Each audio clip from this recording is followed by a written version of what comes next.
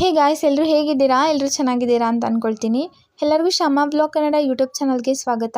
ಇಲ್ಲಿ ನೋಡಿ ಏನಾಗಿದೆ, ದೋಸೆ ಹಿಟ್ಟನ್ನ ರುಬ್ಬಿ ಮಲ್ಕೊಂಡ್ರೆ ದೋಸೆ ಹಿಟ್ಟು ಎಲ್ಲ ಉಬ್ಬೋಗ್ಬಿಟ್ಟಿದೆ. ಬೇಸಿಗೆ ಅಲ್ವಾ, ಹಾಗಾಗಿ ಚೆನ್ನಾಗಿ ಉಬ್ಬಿ ಹೋಗ್ಬಿಟ್ಟಿದೆ. ಆ್ಯಂಡ್ ಇವತ್ತಿನ ದಿನ ಶುಕ್ರವಾರ ಆಗಿರುತ್ತೆ. ಇದು ಶುಕ್ರವಾರದ ಮಿನಿ ಬ್ಲಾಗ್ ಆಗಿರುತ್ತೆ. ನಿಮ್ಗೇನಾದ್ರು ನನ್ನ ವೀಡಿಯೋಸ್ ಇಷ್ಟ ಆಗ್ತಾಯಿದ್ರೆ ಪ್ಲೀಸ್ ಲೈಕ್ ಮಾಡಿ, ಶೇರ್ ಮಾಡಿ, ಸಬ್ಸ್ಕ್ರೈಬ್ ಮಾಡಿ ಆ್ಯಂಡ್ ಶೇರ್ ಮಾಡಿ ಅಂತ ಕೇಳ್ಕೊಳ್ತೀನಿ. ಆ್ಯಂಡ್ ನಿಮ್ಮ ಸಪೋರ್ಟ್ ಖಂಡಿತ ನನಗೆ ತುಂಬಾ ಬೇಕು. ನಿಮ್ಮ ಸಪೋರ್ಟ್ ಇಲ್ದಲೆ ನಾವು ಖಂಡಿತ ಬೆಳೆಯೋದಕ್ಕಾಗೋದಿಲ್ಲ. ಎಲ್ಲರಿಗೂ ಒಳ್ಳೇದನ್ನೇ ಮಾಡೋಣ, ಎಲ್ಲರಿಗೂ ಒಳ್ಳೇದನ್ನೇ ಬಯಸೋಣ. ಸೊ ನಮಗೂ ಒಳ್ಳೇದಾಗೇ ಆಗುತ್ತೆ ಅಂತ ಈ ವ್ಲಾಗ್ನ ಸ್ಟಾರ್ಟ್ ಮಾಡ್ತಾಯಿದ್ದೀನಿ.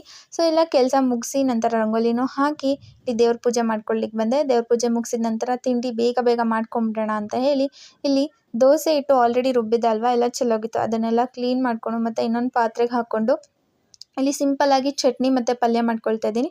ಚಟ್ನಿಗೆ ಸ್ವಲ್ಪ ಕಾಯಿ, ಕಡಲೆ, ಉಪ್ಪು, 4 ಹಸಿಮೆಣ್ಸಿನ್ಕಾಯಿ, ಸ್ವಲ್ಪ ಕೊತ್ತಂಬರಿ ಸೊಪ್ಪು, ಸ್ವಲ್ಪ ಬೆಳ್ಳುಳ್ಳಿ ಹಾಕ್ಕೊಂಡು ಇಲ್ಲಿ ಚಟ್ನಿ ಮಾಡ್ಕೊಳ್ತಾ ಇದ್ದೀನಿ ಸಿಂಪಲ್ಲಾಗಿ.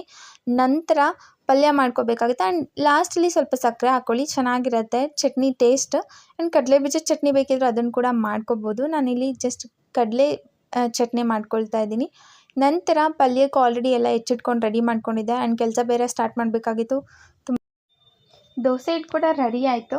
ಮೊದಲಿಗೆ ಗ್ಯಾಸ್ ಹಚ್ಕೊಂಡು ಒಂದು ಪ್ಯಾನ್ನ ಇಟ್ಕೊಂಡು ಸ್ವಲ್ಪ ಎಣ್ಣೆ ಹಾಕ್ಕೊಳ್ತಾ ಇದ್ದೀನಿ. ನಂತರ ಎಣ್ಣೆ ಕಾದಿದ ತಕ್ಷಣ ಸ್ವಲ್ಪ ಜೀರಿಗೆ ಹಾಕ್ಕೊಳ್ತಾ ಇದ್ದೀನಿ. ಜೀರಿಗೆ ಚಟಪಟ ಅಂತ ಸಿಡಿದ ನಂತರ ಇಲ್ಲಿ ಸ್ವಲ್ಪ ಕಡಲೆಬೇಳೆ ಹಾಗೆ ಉದ್ದಿನಬೇಳೆ ಹಾಕ್ಕೊಳ್ತಾ ಇದ್ದೀನಿ. ಉದ್ದಿನಬೇಳೆ ಆಪ್ಷನ್, ಕಡಲೆಬೇಳೆ ಕೂಡ ಆಪ್ಷನಲ್ಲಿ ಬೇಕಿದ್ರೆ ಹಾಕ್ಕೊಳ್ಬೋದು. ನಂತರ ಸ್ವಲ್ಪ ಕರಿಬೇವು ಹಾಕ್ಕೊಂಡು ಎಣ್ಣೆಯಲ್ಲಿ ಸ್ವಲ್ಪ ಗೋಲ್ಡನ್ ಬ್ರೌನ್ ಕಲರ್ ಬಂದ ತಕ್ಷಣ ಇಲ್ಲಿ ಹಸಿಮೆಣ್ಸಿನ್ಕಾಯಿ ಹಾಕ್ಕೊಂಡು 1-2 ಸತಿ ಫ್ರೈ ಮಾಡ್ಕೊಳ್ತಾ ಇದ್ದೀನಿ. ನಂತರ ಇಲ್ಲಿ ಈರುಳ್ಳಿನ ಹಾಕ್ಕೊಳ್ತಾ ಇದ್ದೀನಿ.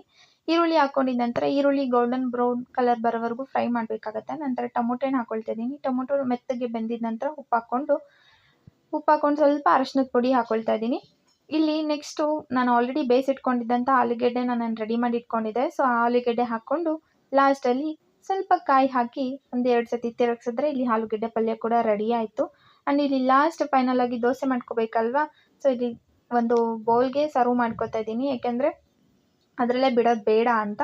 ಸೊ ಇಲ್ಲಿ ಚಟ್ನಿ ಮತ್ತು ಪಲ್ಯನ ಇನ್ನೊಂದು ಬೌಲ್ಗೆ ಸರ್ವ್ ಮಾಡಿಕೊಂಡು ಇಲ್ಲಿ ನೆಕ್ಸ್ಟು ಇಲ್ಲಿ ದೋಸೆ ಮಾಡ್ಕೊಳ್ಳಿಕ್ಕೆ ರೆಡಿ ಮಾಡ್ತಾಯಿದ್ದೀನಿ. ದೋಸೆಗೆ ಪ್ಯಾನ್ ಕೂಡ ಇಟ್ಟಾಯಿತು. ಹಂಚಕ್ಕೆ ಕಾದಿದ ನಂತರ ದೋಸೆ ಒಯ್ಯೋದಷ್ಟೇ. ಇಲ್ಲಿ ಸ್ವಲ್ಪ ಉಪ್ಪು ಹಾಗೆ ಸಕ್ಕರೆ ಹಾಕ್ಕೊಳ್ತಾ ಇದ್ದೀನಿ. ಇಲ್ಲಿ ಸೋಡಾನ ಬಳಸ್ತಾ ಇಲ್ಲ, ಯಾಕೆಂದರೆ ಚೆನ್ನಾಗಿ ಇಟ್ಟು ಉಬ್ಬಿತ್ತಲ್ವ, ಹಾಗೆ ದೋಸೆ ಬರುತ್ತೆ ಅನ್ನೋ ಕಾನ್ಫಿಡೆಂಟಲ್ಲಿ ಸೋಡಾನ ಹಾಕ್ಕೊಳ್ತಾ ಇಲ್ಲ. ಸೋಡಾ ಒಳ್ಳೇದು ಕೂಡ ಅಲ್ವಾ, ಹಾಗಾಗಿ ಜಸ್ಟ್ ಇಲ್ಲಿ ಸಕ್ಕರೆ ಮತ್ತು ಉಪ್ಪು ಮಾತ್ರ ಹಾಕ್ಕೊಳ್ತಾ ಇದ್ದೀನಿ. ಸ್ವಲ್ಪ ನೀರು ಕೂಡ ಆ್ಯಡ್ ಮಾಡ್ಕೊಳ್ತಾ ಇದ್ದೀನಿ, ಏಕೆಂದರೆ ಸ್ವಲ್ಪ ಗಟ್ಟಿ ಇತ್ತು ಅಂತ ಅನ್ನಿಸ್ತು ಹಾಗಾಗಿ. ಆ್ಯಂಡ್ ರೆಡ್ ರೈಸಲ್ಲಿ ದೋಸೆ ಮಾಡ್ಕೊಳ್ಳಿ, ನಿಜವಾಗ್ಲೂ ತುಂಬ ಟೇಸ್ಟ್ ಆಗಿರುತ್ತೆ, ಹೆಲ್ತ್ ಕೂಡ ಒಳ್ಳೇದಲ್ವಾ, ಹಾಗಾಗಿ ಇಲ್ಲಿ ದೋಸೆ ಕೂಡ ರೆಡಿ ಆಯಿತು. ಆ್ಯಂಡ್ ತಿನ್ನೋದೊಂದೇ ಬಾಕಿ. ಆ್ಯಂಡ್ ತುಂಬ ಚೆನ್ನಾಗಿತ್ತು. ಆ್ಯಂಡ್ ಈ ವ್ಲಾಗ್ ನಿಮ್ಗೆ ಇಷ್ಟ ಆದರೆ ಪ್ಲೀಸ್ ಲೈಕ್ ಮಾಡಿ, ಶೇರ್ ಮಾಡಿ, ಸಬ್ಸ್ಕ್ರೈಬ್ ಮಾಡಿ.